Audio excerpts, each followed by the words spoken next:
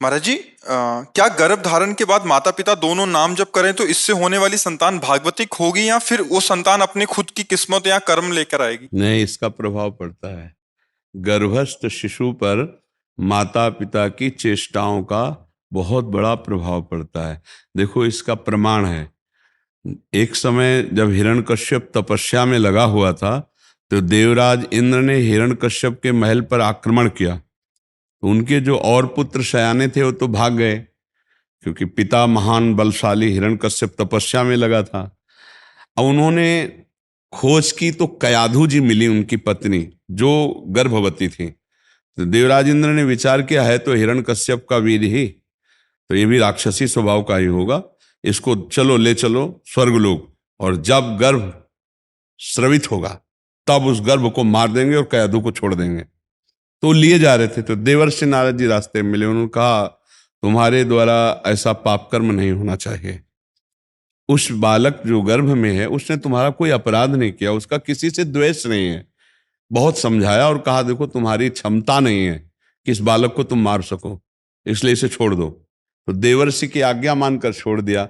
देवऋषि कयाधु जी को अपने आश्रम में ले गए। अब रोज उनको भगवान नाम कीर्तन, भगवत चर्चा, भगवत भक्ति। तो प्रहलाद जी प्रकट हुए। उनके मित्रों ने पूछा कि हम तुम्हारे गुरु को जानते हैं, संडामर्क को, ये तुम्हें किसने शिक्षा दी जो इस उच्च कोटि की भगवत भक्ति?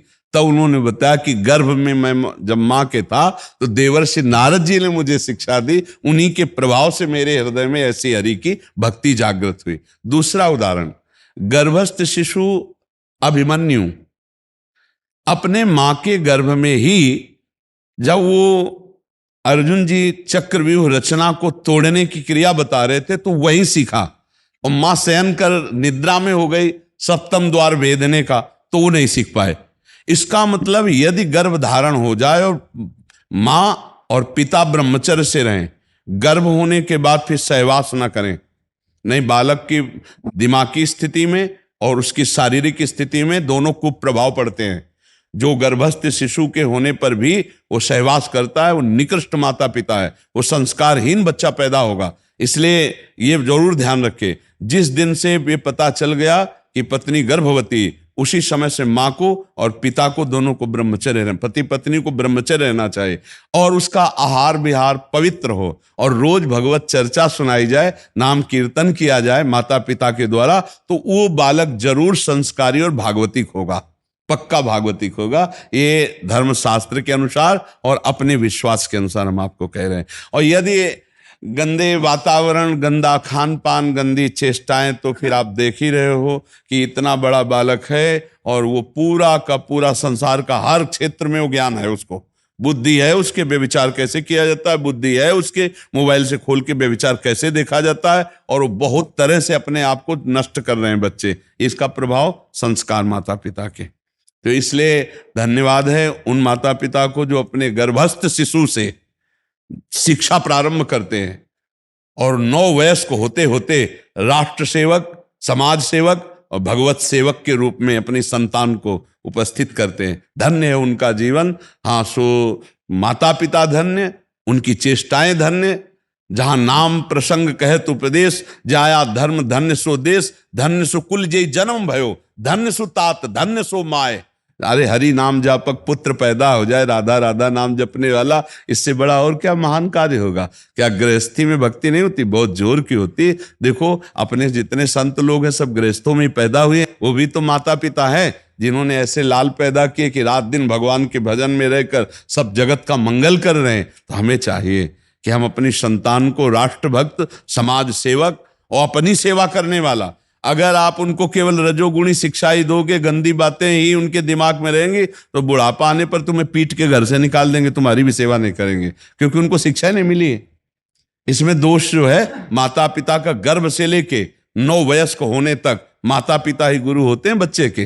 प्रथम गुरु माता पिता होते हैं। जैसी शिक्षा दोगे वैसी शिक्षा। तो पक्का गर्भस्थ शिशु पर संस्कार पड़ते हैं माता पिता के आचरण, चिंतन और व्यवहार का।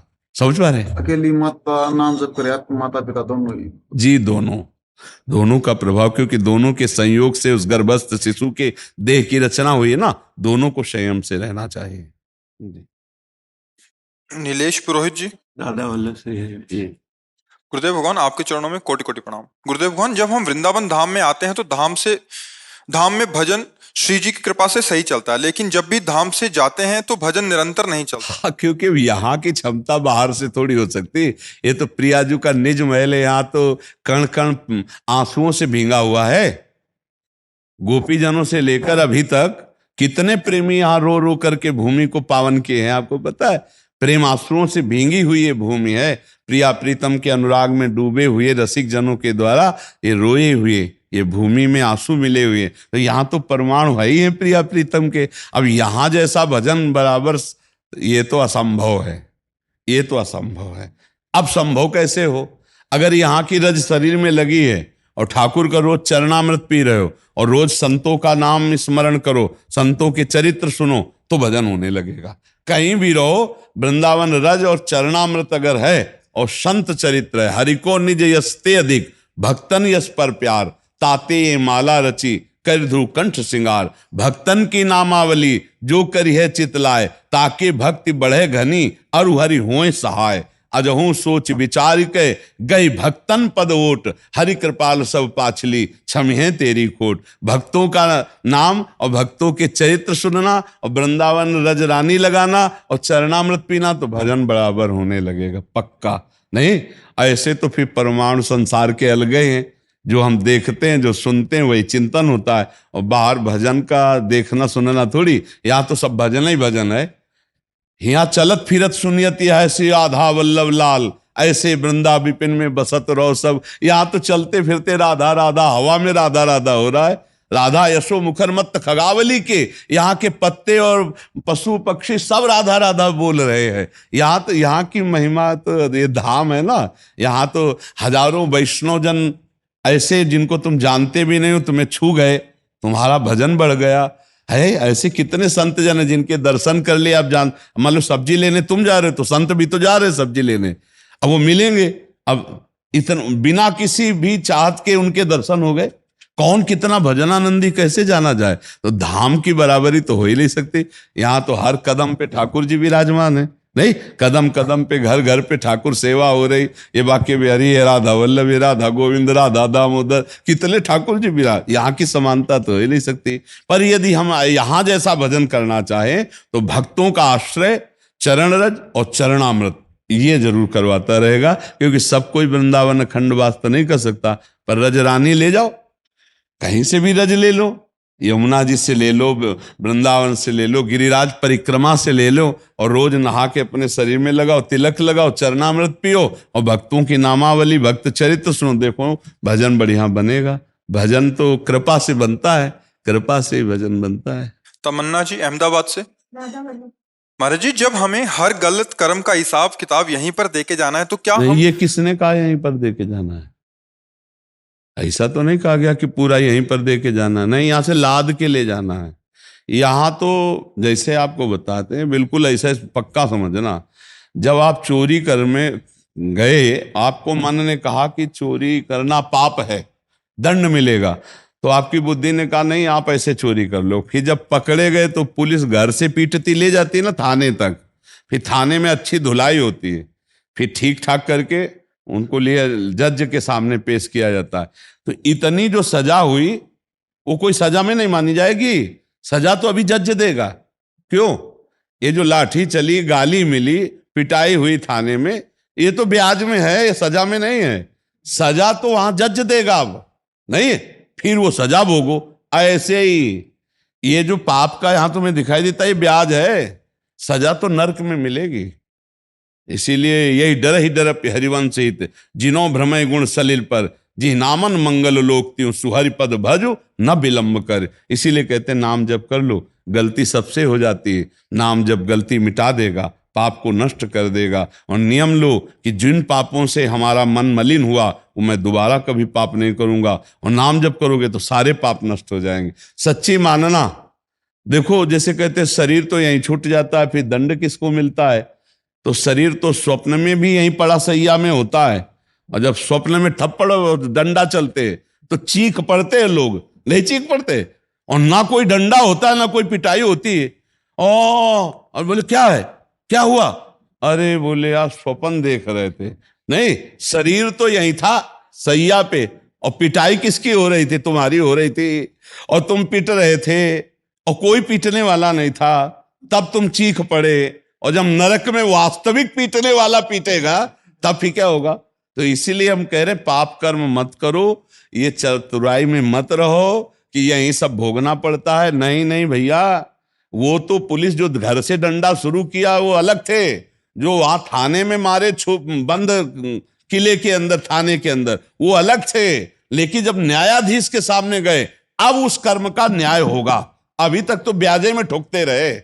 तो ये बात हमारी पक्की मान लेना, यदि पापाचरण करोगे तो नरक में जो मिलेगा वो हिसाब होगा, और यहां जो तुम्हें ठकुराई किए, पाप किए, उसकी जो ठोकर मिलेगी वो यहां ब्याज है, पक्का समझो। यहां हिसाब किताब पूरा नहीं होता, पूरा तो यमराज के दरबार में होता है। जैसे पिटाई होने के बाद जज के सामने बढ़िया सुधार के कपड़े खड़े किए जाते हैं, और फिर वहां न्याय होता है कि 10 साल की सजा, की फांसी की सजा, या कुछ जुर्माना या दंड, वो होता है निर्णय। अगर यहां हो गया आपको सजा तो आप बच गए, और बहुत से ऐसे कर्म जिनका कोई दंड नहीं मिला, अब वो फल फूल करके नरक हमको भुगवाएंगे। इसीलिए नाम जप कर लो, जिससे नाम संकीर्तनम यस्य सर्व पाप प्रणाशनम, सारे पापों का नाश भगवान का नाम कीर्तन करता है। समझ पा रही सकी? ये भूल में मत रहेला कि शरीर तो यहाँ छूट गया, हिसाब किताब, दंड किसको भोगना पड़ेगा? तुम्हें। जैसे शरीर स्वप्न में सोया हुआ सैया पे बिल्कुल ज्ञान नहीं है, पर स्वप्न में जो हमें दुख सुख मिलता है वो भोगना पड़ता है। जब जगते हैं तब वो झूठा नजर आता है। ऐसे ही एक यातना देह मिलता है नरक का, फिर उसको वहां मरना नहीं होता, वहां भोगना होता है। जो लोग यहां दूसरे का मांस खाते हैं ना, भागवत में पढ़ के देख लेना, नोच नोच कर उन्हीं का मांस खवाया जाता है, कोल्हू में पेरा जाता है। मरना तो वहां है नहीं, और ये होगा, पक्का होगा। इसीलिए राधा राधा राधा तो बच जाओगे, बच जाओगे। श्री जी बड़ी करुणामयी है, वो क्षमा कर देगी, बहुत करुणामयी। और हम सबसे गलती होती है, कुछ गलतियां ऐसी हैं जो केवल अपने लोग ही जानते, दूसरा नहीं जानता। ना उनका दंड मिला है और ना प्रायश्चित हुआ है, वो जमा है, उनको भोगना पड़ेगा। इसीलिए नाम जप कर लो, उनको भस्म कर दो, नाम जप से भस्म हो जाएगा। बहुत बढ़िया अभी कृपा है कि आप सुन पा रहे हो, आप समझ पा रहे हो, आपको साधु समागम मिल रहा है। इसलिए राधा राधा राधा, बड़ी कृपामयी हमारी लाडली अलवेली सरकार है। देखो, पिता से ज्यादा दुलार माँ का होता है, ध्यान रखना। पिता अगर पीट रहा हो तो माँ दौड़ के बचा लेती, नहीं बचा लेती? तो ऐसे ही अनंत माताओं जैसा दुलार हमारी लाडली जी में है। इसीलिए मतलब हमको राधा राधा राधा राधा राधा राधा जब पुकारा तो लालजू भी प्रसन्न और लाडली जो भी प्रसन्न। इसीलिए सर्वसारम वृंदावन वासियों का राधा राधा राधा राधा राधा।